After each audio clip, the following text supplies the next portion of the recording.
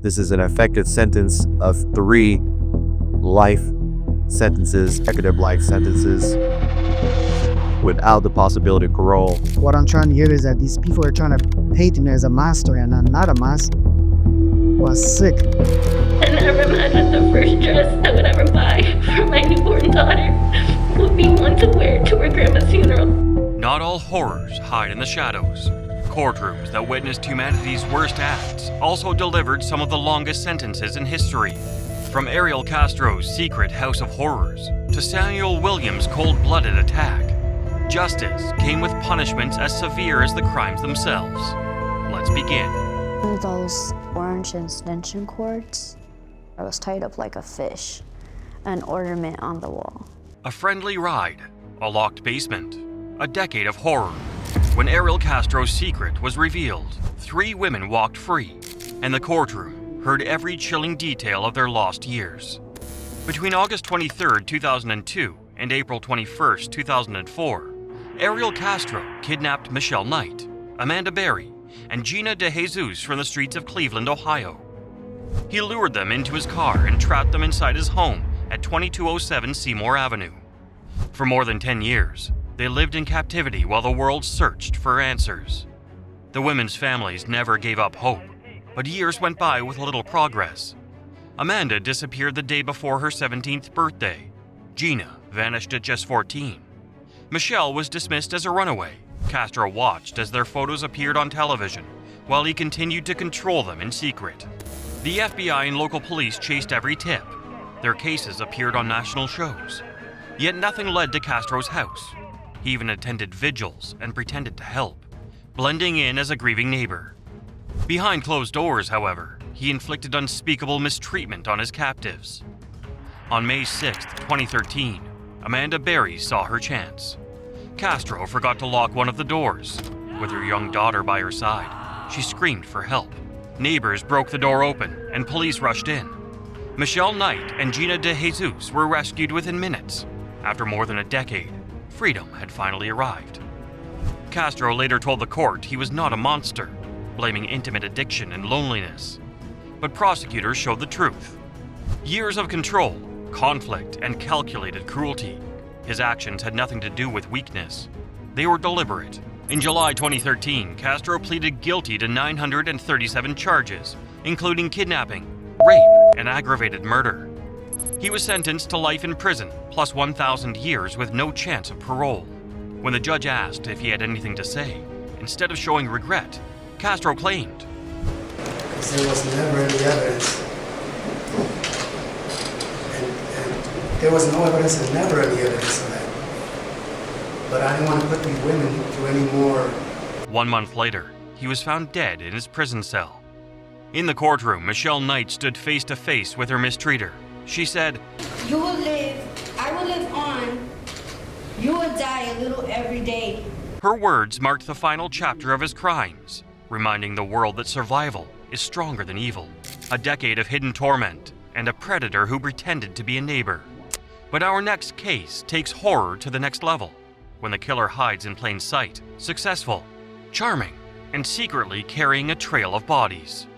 I started hearing noises, and then I heard somebody's voice, and I couldn't say anything. I couldn't breathe. I panicked. Somebody came up and asked if I was in there, and I said yeah, and they're like, "Well, we're gonna get you out." A quiet South Carolina town, a charming real estate agent, and a man hiding unspeakable horrors. This is the case of Todd Christopher Kohlhepp. Todd Kohlhepp was born on March 7, 1971 in Florida and grew up in South Carolina and Georgia. From a young age, he displayed troubling signs of aggression. His early life was marked by divorce, an unhealthy relationship with his stepfather, and a longing for his absent father. At just 15, Todd kidnapped and forced intimacy with a young girl in Arizona, threatening her and her family.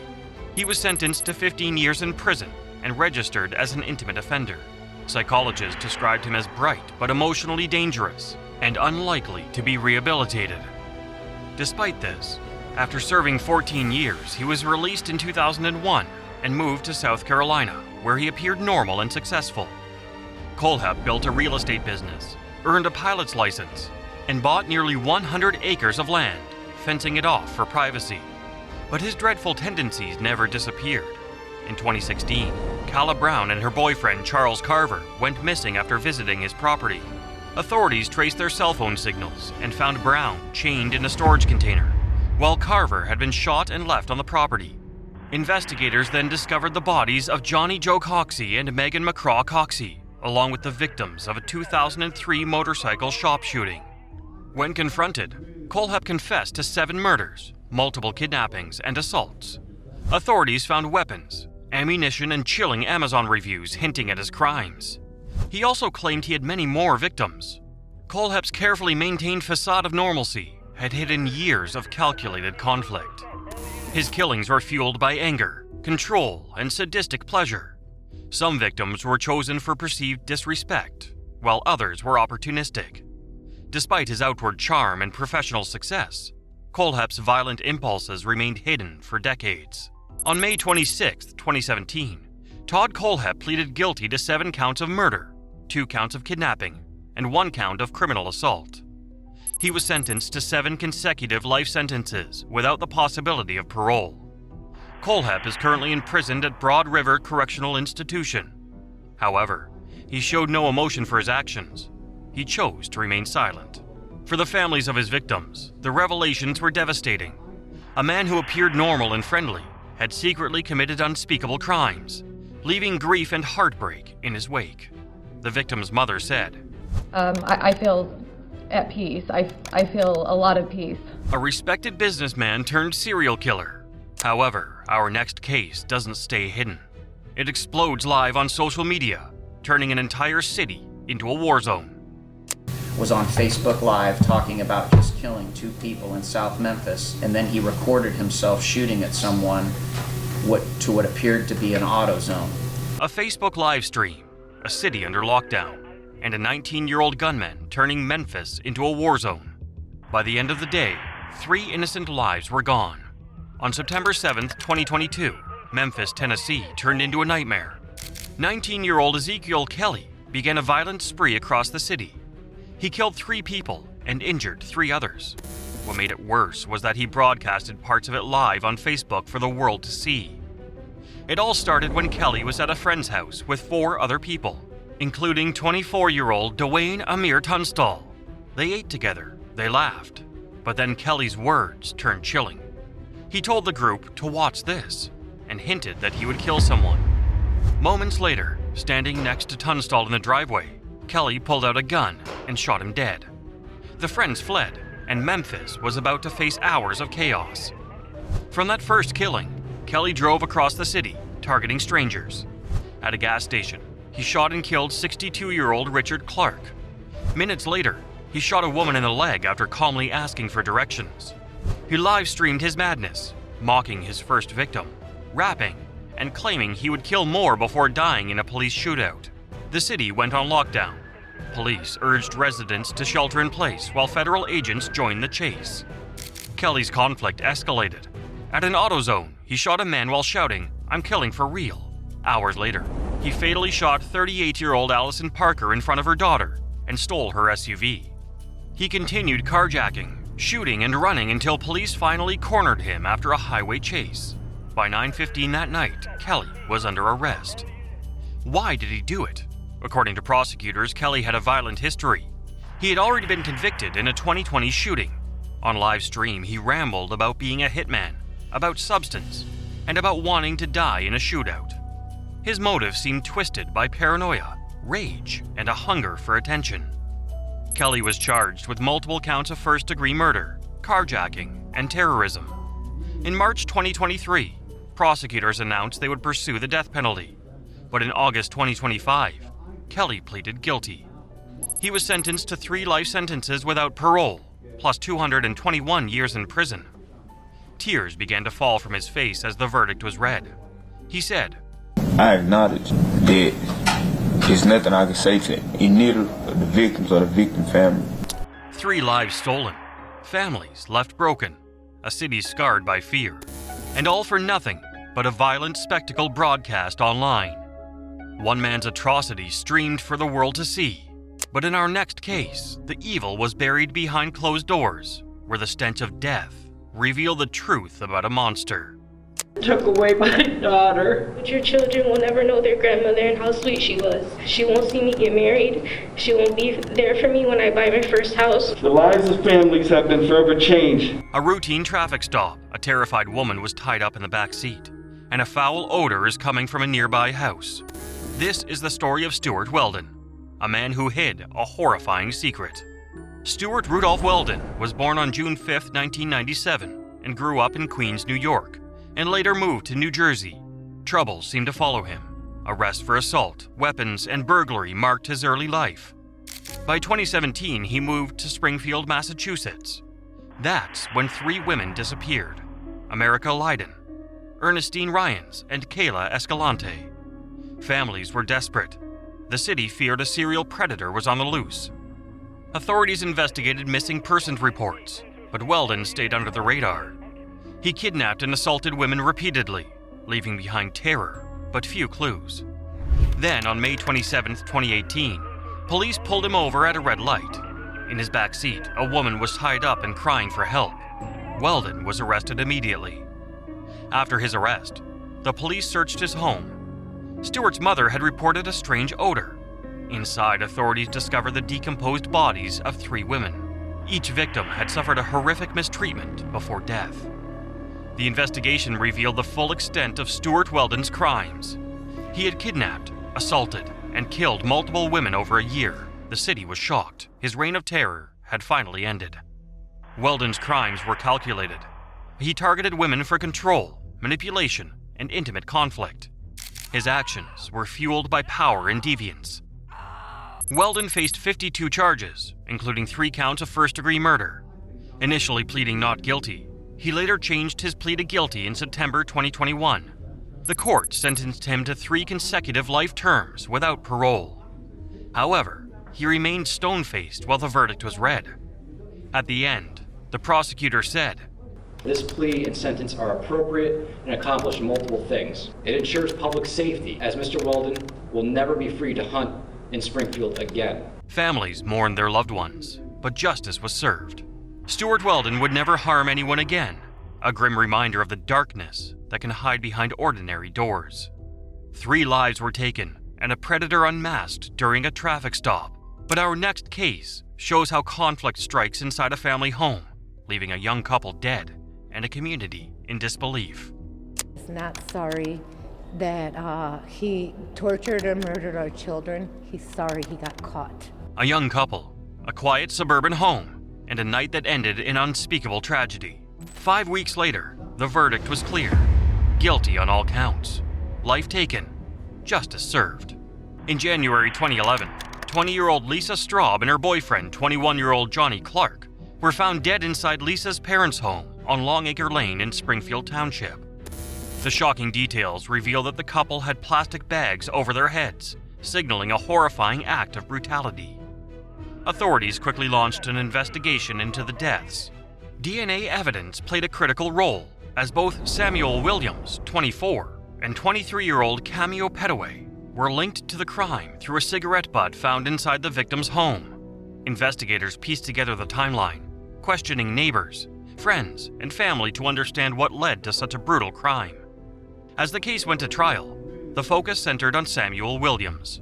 The jury had to determine his involvement in a chilling string of events: kidnapping, aggravated murder, and burglary.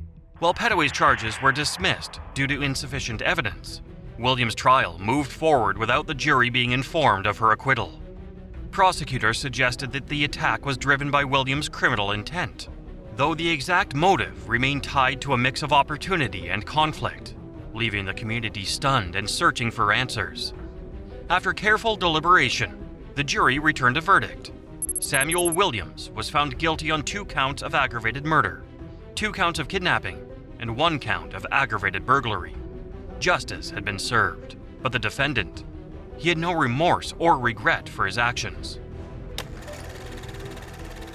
The memory of Lisa Straub and Johnny Clark endures, a solemn call to value every life and remain vigilant against the darkness that sometimes lurks so close to home. One of his family members said, "We're very happy that Samuel Williams will go to jail for the rest of his life.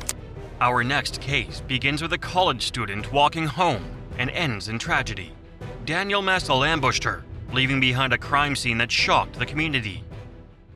Daniel Messel has a long history of violence and alcohol problems dating back nearly 30 years, including this case from 1987. It started with what should have been a joyous night for 22-year-old Hannah Wilson, a senior at Indiana University. It was spring 2015, and Hannah had just celebrated the end of classes with friends.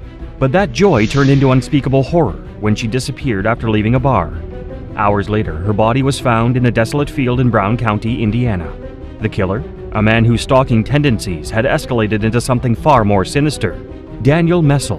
Messel, a 49-year-old with a history of violence, was no stranger to law enforcement. Investigators soon discovered a chilling connection between him and Hannah. At the crime scene, Messel's phone was found near her body, tying him directly to the murder. But this wasn't an isolated crime. Authorities uncovered a disturbing pattern.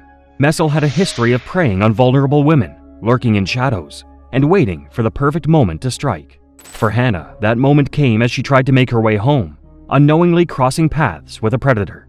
Messel attacked her with a blunt object, causing severe trauma that ended her life.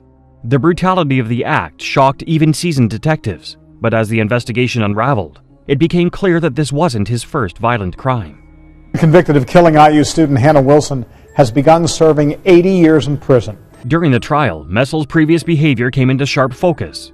Witnesses revealed a man who had a penchant for stalking and harassing women, with one survivor recounting a harrowing escape years earlier. Prosecutors painted a vivid picture of a man who thrived on power and control, targeting young women like Hannah as part of his twisted routine. The courtroom was tense as graphic evidence was presented. Photos of the crime scene, paired with testimony about Hannah's final moments, left jurors visibly shaken.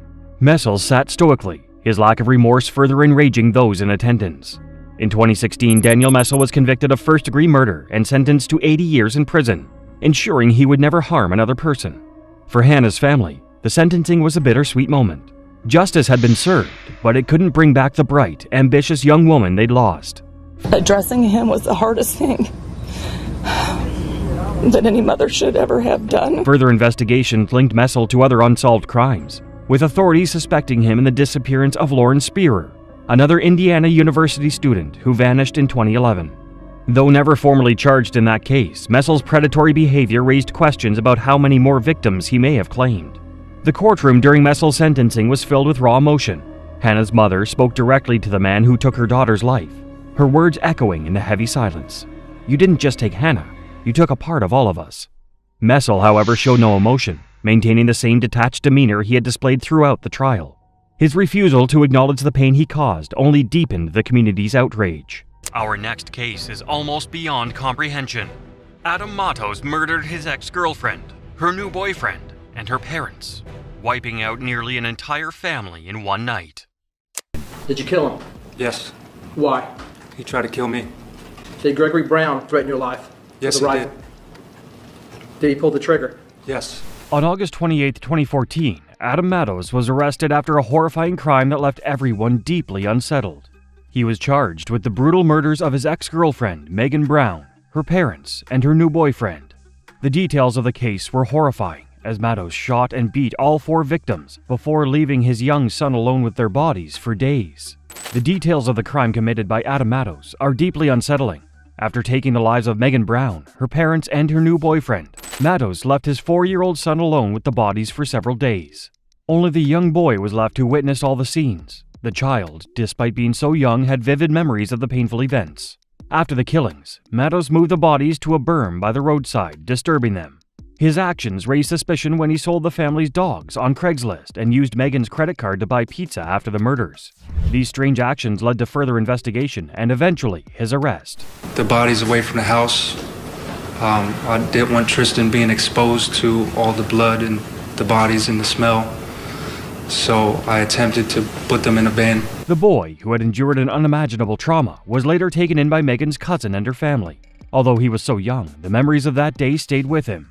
His story became a heartbreaking part of the case, adding to the tragedy that shook the community. Matos' shocking crimes left lasting scars on everyone involved, especially the young child who witnessed it all. During his trial, Adam Matos claimed he acted in self-defense, but the jury wasn't convinced by his explanation. His testimony, which lasted for hours, was all captured on camera and later featured in the What Lies Beneath series. Despite his defense, the jury carefully considered the evidence and found Matos guilty of 4 counts of first-degree murder. As the trial unfolded, it became clear that Matos' actions were both shocking and disturbing. His lack of remorse and the coldness he displayed throughout the proceedings made it hard for anyone to believe his claims of self-defense. The details of the case, including his treatment of his young son and the way he disposed of the bodies, left the jury with no doubt about his guilt. Agonizing process for the victims' families. We spoke with the father of one of them as jurors handed down that verdict. He tells us he feels relief whether there's a death penalty or not. In the end, the jury sentenced Matos to life in prison without the possibility of parole. His conviction brought a sense of justice for the victims and their families, though nothing could undo the pain and trauma caused by his crimes. The story of Matos' actions remains a haunting reminder of the devastating impact of violence on innocent lives. Today, Adam Matos remains incarcerated at the Blackwater River Correctional Facility, serving his life sentence. Although he faced the possibility of the death penalty, he narrowly missed it, with 1 juror voting against it. As of 2018, he's 32 years old and continues to serve his sentence in Florida. Decision of the jury, I sentence you in count 1 and count 4 to life in prison without the possibility of parole. This case left many shaken, especially considering the young child who witnessed the murders. The emotional toll on the family and the public has been immense. The fact that Matos managed to escape the death penalty only adds to the heartbreak, as the severity of his crime seems to warrant a much harsher punishment. The story is a chilling reminder of how far some individuals will go for selfish reasons and the lasting trauma they leave behind. Our next case takes us to South Africa, where former police officer Rosemary Ndlovu murdered her own relatives, all for insurance payouts. Nomia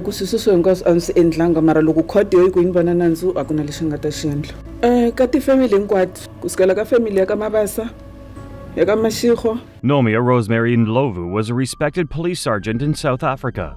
She rose from humble beginnings, leaving her home in Bushbuckridge to build a better future in Johannesburg. After joining the South African Police Service, or SAPS, she was stationed at the Tembisa police station. But beneath the uniform and badge, she concealed a chilling secret. She was a cold-blooded killer who murdered her own family for financial gain. Between 2012 and 2018, Ndlovu meticulously orchestrated the murders of 6 family members and her long-term partner. Her motive was chillingly simple. She wanted to collect life and funeral insurance payouts. Over the years, she pocketed approximately 1.4 million rand, or roughly $93,000, from these deaths, using the money to fuel her gambling addiction. Her killing spree began on March 2012 with her cousin, Madala Witness Homu, who was found beaten to death. His murder earned Ndlovu over 131,000 rand in insurance payouts. In June 2013, she poisoned and strangled her sister, Audrey, collecting more than 717,000 rand from various policies. That same month, her niece, Zanella Motha, was brutally beaten to death, netting her an additional 119,840 rand. But Ndlovu wasn't finished. In October 2015, her boyfriend and the father of her child, Maurice Mabasa, was found in Olifantsfontein with 76 stab wounds. His murder brought her another 131,000 rand in insurance claims. 2 years later, in April 2017, her nephew, Mayeni Mashaba, was murdered just a day after meeting with her. Her final known victim was Brilliant Mashego, her nephew and the son of her murdered sister, Audrey. He was last seen alive in her company on January 22, 2018. 2 days later, his body was found in Bushbuckridge. For 6 years, Ndlovu deceived investigators and insurance companies, but in 2018, her reign of terror came to an end when she took her crimes a step further. She attempted to hire hitmen to set her sister Joyce and her 5 children on fire inside their home. This time, however, the men she contacted were undercover police officers. During her trial, she broke down, realizing there was no escape. The officers had recorded her giving detailed instructions on the gruesome crime, sealing her fate. In 2021, Nomia Rosemary Ndlovu stood trial for her crimes. The evidence against her was overwhelming. She had targeted her own family, people who trusted and loved her, just for the sake of money. The court found her guilty of 6 murders, as well as charges of fraud, attempted murder, and conspiracy to commit murder. She was sentenced to 6 concurrent life terms for the murders, plus an additional 30 years for her crimes. I accordingly impose the following sentence on accused. The accused is sentenced to life imprisonment on each count. Nomia Rosemary Ndlovu's story is one of greed and betrayal. She saw her own family as nothing more than paychecks, leaving devastation in her wake. Families were torn apart, children lost their parents, and trust was shattered beyond repair. Her case is a chilling reminder that sometimes the greatest threats come from those we trust the most.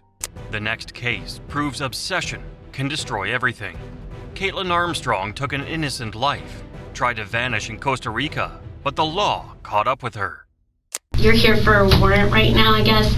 Are you familiar with what you have going on? I have no idea. You're in handcuffs in front of downtown Austin. It was incredibly... On the night of May 11th, 2022, something terrible happened in Austin, Texas. Professional cyclist Anna Mariah Mo Wilson was discovered unresponsive in a friend's home. At first, no one knew who could have done such a thing, but soon all eyes turned to one person, Caitlin Marie Armstrong, a yoga instructor and real estate agent. Mo Wilson had traveled to Texas for a race in Hico. Hours before she was killed, she met up with her friend Strickland for a swim at Deep Eddy Pool and later had dinner. Afterward, Strickland dropped her off at her friend's house and left. That was the last time anyone saw Mo Wilson alive. Shortly before 10 p.m., Mo's friend came home and found her lying on the floor, bleeding from multiple gunshot wounds. She had been shot in the head and chest, and according to the autopsy, some of the shots were fired after she was already on the ground. At first, police had no suspects, but then security footage near the crime scene revealed a black Jeep Grand Cherokee arriving at Wilson's location moments before the murder. That Jeep belonged to Caitlin Armstrong. When questioned by police, Armstrong refused to answer. Instead, she rolled her eyes when asked about Strickland's relationship with Wilson. The police had their prime suspect, but due to a technical issue with an unrelated warrant, they had to let her go, and that's when she vanished. Armstrong knew the police were onto her, so she ran. Using her sister's passport, she fled to Costa Rica, where she tried to start a new life. She dyed her hair, cut it short, and even underwent plastic surgery to change her appearance. She told people she'd been in a surfing accident to explain the bruising on her face. Not knowing she'd probably been dead for 45 minutes. Then she runs to Costa Rica, had plastic surgery, on the beach teaching yoga, while the Wilsons are trying to pick up the pieces. For 43 days, she managed to stay hidden. However, U.S. Marshals were determined to find her. They placed an ad on Facebook, looking for a yoga instructor in Costa Rica, and it worked. On June 29, 2022, they tracked her down at a hostel and arrested her. After being brought back to Texas, Armstrong pleaded not guilty to first-degree murder. Her trial was delayed multiple times, but finally, on October 30th, 2023, it began. While in jail awaiting trial, Armstrong made another desperate move. On October 12, 2023, she was taken to a medical appointment outside the jail. As officers led her back, she made a run for it. She didn't get far. After a short chase, she was caught and taken back into custody. Wilson's friend said, "I want you to know that I fought for Mo with everything that I had that night." I want you to know that I fought for Mo with everything I had that night. On November 16, 2023, after weeks of testimony, the jury found Caitlin Armstrong guilty of first-degree murder. She was sentenced to 90 years in prison. She'll be eligible for parole after 30 years, but many believe she will never walk free again. Mo Wilson's mother said to her daughter's killer in court, "You killed her earthly body, but her spirit is so very much alive, and you can never change that." You killed her earthly body, but her spirit is so very much alive. Wilson was a rising star in the cycling world, loved by many. Her life was taken away because of jealousy and obsession. Armstrong thought she could run from justice, but in the end, she couldn't escape the truth. Now, she'll spend the rest of her life behind bars, while the world remembers Mo Wilson, not for how she died, but for how she lived. The next case proves the most dangerous place for some children is their own home. Elizabeth Escalona didn't just discipline her daughter, she tortured her. You savagely beat your child to the edge of death. For this you must be punished. On an unsuspecting day in 2011, something horrifying happened inside a Texas home. A 2-year-old girl was brutally treated by the person who was supposed to love and protect her, her mother, Elizabeth Escalona. Elizabeth was just 23 years old at the time. She had 3 children, but being a mother didn't stop her from making terrible choices. She struggled with substances, had a history of mistreatment, and often lost her temper. But no one could have imagined the cruelty she would unleash on her little daughter over something as simple as learning to use the bathroom. That day, Elizabeth became frustrated with her daughter for not using the bathroom correctly. Instead of helping or teaching her, she snapped. She treated the little girl very badly, pushing her and using a milk jug in a hurtful way. And as if that wasn't enough, she did something very upsetting. She stuck the toddler's hands to the wall with glue. By the time emergency responders arrived, the child was barely alive. She had been treated so harshly that she became very ill and unconscious. When the case went to trial, the courtroom was filled with heartache. Prosecutors showed disturbing pictures of the little girl's injuries. They turned to Elizabeth and asked her if she was a monster. With tears in her eyes, she nodded and whispered yes. But no amount of regret could undo what she had done. The judge, Larry Mitchell, listened to the painful testimonies and made his decision. He told her, "You savagely beat your child to the edge of death." During the trial, Elizabeth begged for mercy. She claimed that she had suffered mistreatment as a child and didn't know what she was doing. But the prosecutors weren't convinced. They pointed out that she had been using substances since she was 13, even while pregnant, and continued to drink and do substances while out on bond for a previous felony. Counsel, is there any reason in law why sentence should not be pronounced at this time? The judge sentenced her to 99 years in prison as soon as the verdict was read. She starts screaming. Her sentencing was harsh, but many believed it was fair. Her children are now in the custody of the state, safe from harm. You guilty of the offense charged. I'll set your sentence at confinement in the penitentiary for a period of 99 years. This case stunned the masses. How could a mother do something so cruel to her child? It was a reminder of how important it is to protect children from mistreatment. Thankfully, this little girl survived. But the scars, both physical and emotional, will remain for a lifetime. A child who never developed, who never had a childhood. So no, she's not able. Our next case reveals a crime that shook an entire household. Damian Lang killed his own parents, leaving the community stunned by such brutality. His internal life is going to be way worse than whatever he will deal with in this lifetime. I didn't attend any of the court hearings. I couldn't bear to watch what my grandson endured before he was shot. On November 11th, 2022, 21-year-old Bryce Salter spent his evening at Y Bar and Bistro in Kalamazoo, Michigan. It was supposed to be just another night out, but when the evening came to an end, Bryce never made his way home. Hours passed and his family grew concerned. They didn't know that something terrible had happened outside the bar that night. Based on the information the press could gather, authorities were soon involved, and an investigation began into what had taken place. Bryce Salter was a young man full of life, known for his love of sports and fishing. He had a smile that could light up a room, according to his grandmother, Brenda Miles. But in just moments, his life was stolen by Lang, a man who had spent most of his adult life in and out of prison. Lang had been out of prison for only a few months when he managed to obtain a stolen gun. On that tragic night, he used it to take Bryce's life. The murder was brutal and completely unprovoked. He tragically shot and killed Salter. Surveillance footage revealed that Lang approached his car, where he encountered Salter. An argument ensued, during which Lang pointed a gun at Salter's chest, knocking him to the ground. Salter attempted to defend himself, but Lang fired multiple shots, resulting in Salter's death. Bryce's father, Brandon Salter, and other family members struggled to comprehend how someone could be so cruel. But what made the case even more disturbing was Lang's behavior during the trial. Say surveillance video shows the two men arguing when Lang took out a gun and knocked Salter to the ground. Salter fought back, but then Lang shot him. Lang showed no shame for what he had done. During his sentencing hearing, he laughed as Bryce's family members delivered emotional victim impact statements. He mocked their pain, slumped in his chair, and smirked while Bryce's younger sister, Reese, spoke about how much her brother meant to her. Even after receiving his sentence, a minimum of 100 years in prison, Lang continued to smile. His attitude throughout the trial shocked not only Bryce's family but also the judge, who called Lang's actions senseless, cowardly, and merciless. Despite Lang's disturbing behavior, justice was served. The court handed him a sentence that ensured he would never walk free again. In addition to the 100-year sentence for second-degree murder, Lang received additional time for weapons charges. As the judge announced the verdict, the Salter family clapped with joy as Lang was sentenced. 70 years to a maximum of 100 years. Thank you. As bailiffs dragged Lang out of the courtroom for his aggressive outbursts, one of Bryce's family members shouted, "How does it feel to know you're going to die in prison?" It was a powerful moment, one that brought a sense of closure to those who had suffered so much. Bryce's father, Brandon, called his son magic and said he had the perfect blend of everything. intelligence, kindness, and charm. His loss left a hole in their hearts that could never be filled. Bryce's sister Reese found the trial to be one of the hardest experiences of her life.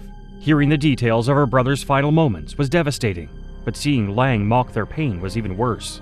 In the end, the Salter family found some comfort in knowing that Lang would never harm another person again. While their pain will never fully fade, they could finally say that justice had been served for Bryce. Our next case turned Colorado highways into a war zone. Ryan Stone led police on a high-speed chase, carjacking multiple vehicles and leaving innocent people badly injured. My lawyer told me I made the news in the UK and Australia. If you type in Grand Theft Auto on YouTube, my comes up first. On a seemingly ordinary morning in March 2014, chaos erupted across multiple cities in Colorado. It all started when 28-year-old Ryan Cole Stone made a reckless decision that would endanger countless lives. What began as a car theft soon turned into a dangerous high-speed chase that stretched across several counties. His actions left a trail of destruction, injuries, and fear. It all started outside a gas station in Longmont. A Ford Focus sat running, unattended, for just a moment. That moment was all Stone needed. Without thinking twice, he jumped into the driver's seat and sped away. But there was something he hadn't expected. A 4-year-old child was still in the car. Instead of stopping, Stone continued his reckless escape. He drove at dangerously high speeds down the highway, weaving in and out of traffic. Before police officers closed in on him, Stone made a shocking move. He crashed the Ford into a minivan on Interstate 76, forcing it to stop, but he didn't stop there. He dragged the driver out of the van by her legs, leaving her helpless on the side of the road.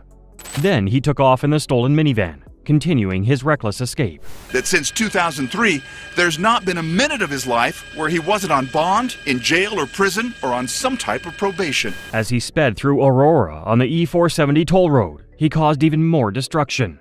Near Chambers Road, he hit a state trooper, breaking the officer's leg. But even that didn't slow him down. Stone kept going, crashing into multiple vehicles along the way, his selfish actions putting everyone around him at risk. After 90 minutes of utter mayhem, Stone ultimately exhausted all possible escape routes. He crashed one final time before abandoning the stolen vehicle. Attempting to flee on foot, he quickly realized it was futile. Law enforcement officers from 12 different agencies had been relentlessly pursuing him.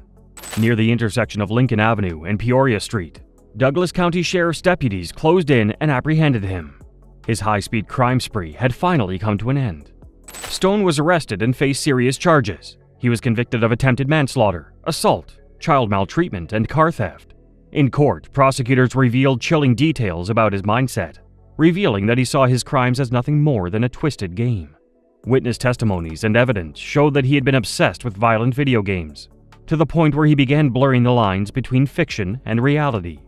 While in jail, Stone bragged that he was trying to mimic a video game. He saw it all as a game, but for the innocent people he put in danger, it was real life. The things where you say over and over and over and over how you wish that you could sit with every single family and tell them how horrible this felt. The judge didn't take his crimes lightly. Stone was sentenced to 160 years in prison, a sentence that ensured he would never threaten the safety of innocent people again. However, he has no shame for what he did. DA Mark Horbert described it, the joint prosecution squad between the Boulder and Douglas County DA's offices, with Douglas taking the lead. The actions of these criminals left scars that will never fade, and their courtroom sentences reveal the unimaginable nature of their crimes.